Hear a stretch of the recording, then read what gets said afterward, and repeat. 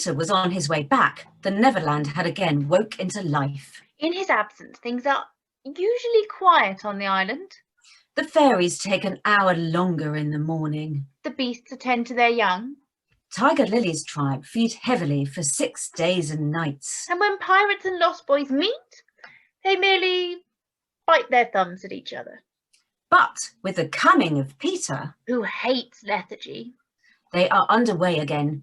If you put your ear to the ground now, you would hear the whole island seething with life.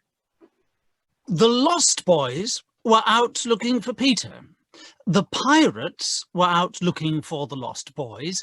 Tiger Lily's tribe were out looking for the pirates, and the beasts were out looking for Tiger Lily. They were going round and round the island.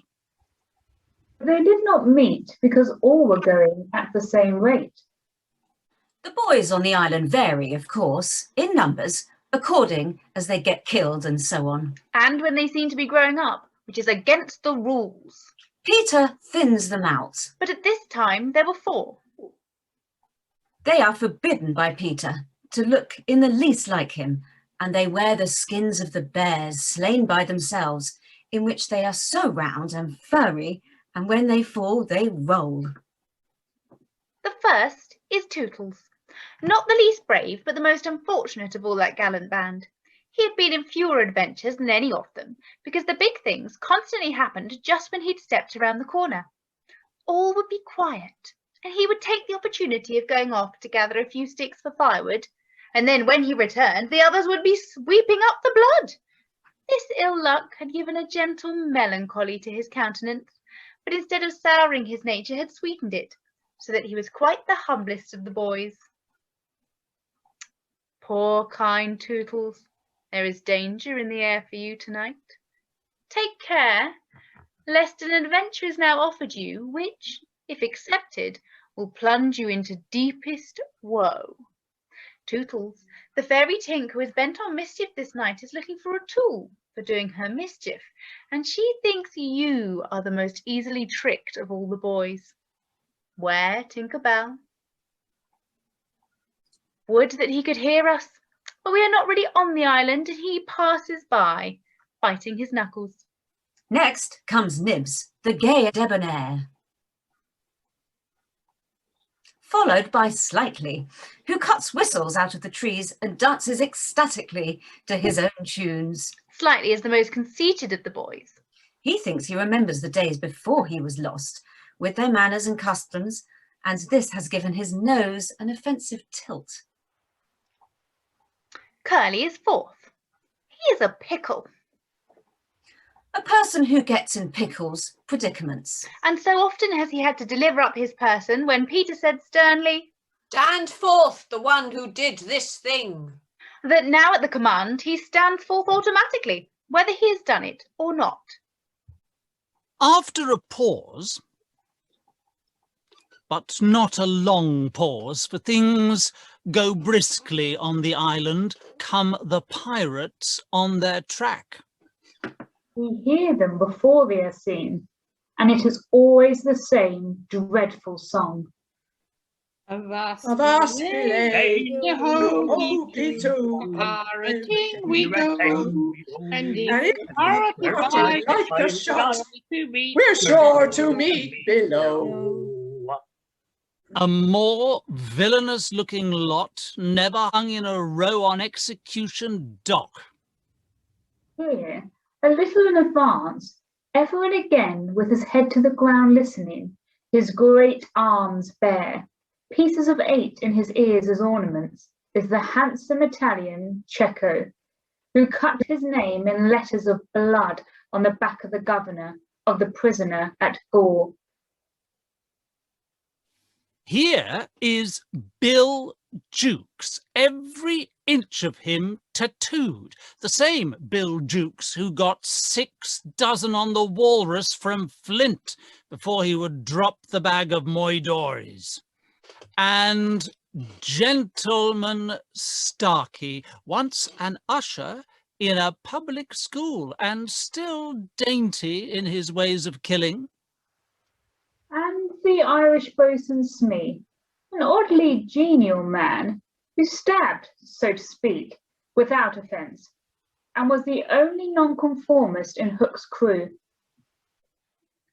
In the midst of them the blackest and largest in that dark setting, reclined James Hook. at his ease, in a rough chariot drawn and propelled by his men, and instead of a right hand he had the iron hook with which ever and anon he encouraged them to increase their pace. As dogs, this terrible man treated and addressed them, and as dogs they obeyed him. His hair was dressed in long curls, which at a little distance looked like black candles, and gave a singularly threatening expression to his handsome countenance. His eyes were of the blue of the forget-me-not, and not of a profound melancholy, save when he was plunging his hook into you, at which time 2 red spots appeared in them and lit them up horribly. He was never more sinister than when he was most polite, which is probably the truest test of breeding. But undoubtedly the grimmest part of him was his iron claw. On the trail of the pirates, Stealing noiselessly down the warpath, which is not visible to inexperienced eyes, come Tiger Lily's tribe. every one of them with his eyes peeled. They carry tomahawks and knives, and their naked bodies gleam with paint and oil. Strung around them are scalps of boys as well as of pirates. Bringing up the rear The place of greatest danger. comes Tiger Lily. Proudly erect, a princess in her own right, Observe how they pass over fallen twigs without making the slightest noise. The only sound to be heard is their somewhat heavy breathing. Tiger Lily's tribe disappear, and soon their place is taken by the beasts. A great and motley procession, lions, tigers, bears, and the innumerable smaller savage things that flee from them. For every kind of beast, and more particularly all the man-eaters, live cheek by jowl on the favoured island. Their tongues are hanging out. They are hungry tonight. When they have passed, comes the last figure of all, a gigantic crocodile. We shall see for whom she is looking presently, All are keeping a sharp lookout in front. but none suspects that the danger may be creeping up from behind. The first to fall out of the moving circle was the boys. They flung themselves down close to their underground home. I do wish Peter would come back. I am the only one who is not afraid of the pirates. But I wish he would come back and tell us whether he has heard anything more about Cinderella. They talked of Cinderella, and Tootles was confident that his mother must have been very like her. It was only in Peter's absence that they could speak of mothers, the subject being forbidden by him as silly.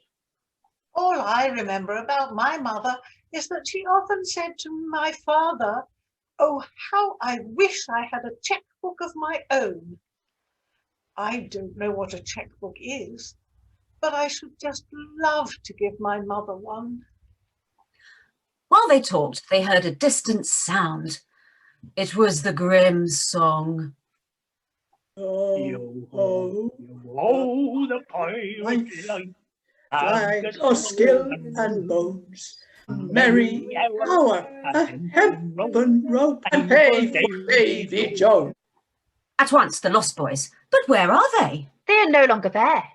Rabbits could not have disappeared more quickly. We will tell you where they are. With the exception of Nibs, who has darted away to look around, they are already in their home under the ground, a very delightful residence, of which we shall see a good deal presently. But how have they reached it? For there is no entrance to be seen. Not so much as a large stone, which, if rolled away, would disclose the mouth of a cave. Look closely, however, and you may note But there are here 7 large trees. These are the 7 entrances to the home under the ground, for which Hook has been searching in vain these many moons. Will he find it tonight? As the pirates advanced, the quick eye of Starkey sighted Nibs disappearing through the wood, and at once his pistol flashed out. but an iron claw gripped his shoulder. Captain, let go! Now, for the first time, we hear the voice of Hook. Put back that pistol first.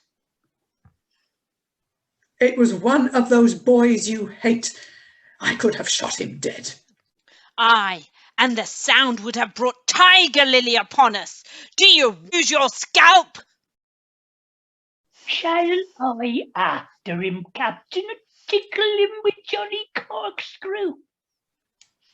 Smee had pleasant names for everything, and his cutlass was Johnny Corkscrew. Because he wiggled it in the wound. One could mention many lovable traits in Smee. For instance, after the killing, It was his spectacles he wiped instead of his weapon. Johnny's a silent fella. Not now, Smee. He is only one, and I want to mischief them all. Scatter and look for them. Most of all, I want their captain, Peter Pan. 'Twas he cut off my arm. I've waited long to shake his hand with this, or I'll tear him. And yet, I have often heard you say that Hook was worth a score of hands for combing the hair and other homely uses. Aye, if I was a mother, I would pray to have my children born with this instead of that. Peter flung my arm to a crocodile that happened to be passing by. Yeah, I've often noticed your strange dread of crocodiles. Not of crocodiles, but of that one crocodile. It liked my arm so much, Smee, that it has followed me ever since, from sea to sea and land to land, licking its lips for the rest of me. Well, now, in a way, it's a sort of a compliment. I want no such compliments. I want Peter Pan, who first gave the brute its taste for me. he sat down on a large mushroom, and now there was a quiver in his voice. Smee, that crocodile would have had me before this, but by a lucky chance it swallowed a clock which goes tick, tick inside it, and so before it can reach me, I hear the tick and bolt. Well, now, someday the clock will run down, and then he'll get you. Hook wetted his dry lips. Aye, that's the fear that haunts me. Since sitting down, he had felt curiously warm.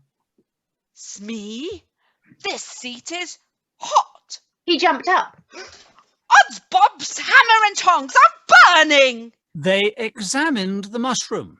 They tried to pull it up. Smoke began at once to ascend. The pirates looked at each other. Chimney! They had indeed discovered the chimney of the home under the ground. It was the custom of the boys to stop it with a mushroom when enemies were in the neighbourhood. Did you hear them say Peter Pan's from home? Hook nodded. He stood for a long time, lost in thought, and at last a curdling smile lit up his swarthy face. Unrip your plan, Captain. To return to the ship and cook a large, rich cake of a jolly thickness with green sugar on it. We will leave the cake on the shore of the Mermaid's Lagoon. These boys are always swimming about there, playing with the mermaids. They will find the cake and they will gobble it up. Ha ha! They will die. Oh, 'tis the wickedest, prettiest policy ever I heard of. The crocodile! Hook bounded away, followed by his bosun. Once more, the boys emerged into the open, but the dangers of the night were not yet over. For presently Nibs rushed breathless into their midst, pursued by a pack of wolves. Save me! Save me! But what can we do? What can we do? What would Peter do? Peter would look at them through his legs.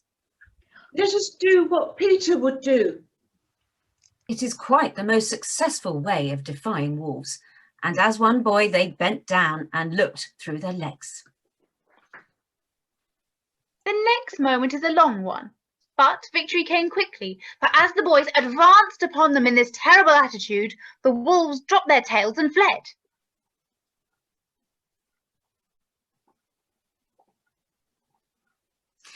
Now Nibs rose from the ground, and the others thought that his staring eyes still saw the wolves. But it was not wolves he saw.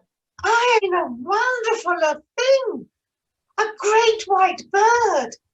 It's flying this way! What kind of a bird do you think? I don't know, but it looks so weary, and as it flies, it moans, "Poor Wendy." Poor Wendy? I remember there are birds called Wendies. It comes. Wendy was now almost overhead, and they could hear her plaintive cry. But much more distinct came the shrill voice of Tinker Bell. The jealous fairy had now cast off all disguise of friendship and was darting at her victim from every direction, pinching savagely each time she touched. Well, hello, Tink. Tink's reply rang out. Peter wants you to shoot the Wendy. It was not in their nature to question when Peter ordered. Let us do what Peter wishes. Pick bows and arrows. All but Tootles popped down their trees. He had a bow and arrow with him, and Tink noted it and rubbed her little hands. Tootles excitedly fitted the arrow to his bow. Out of the way, Tink. He fired. And Wendy fluttered to the ground with an arrow in her breast.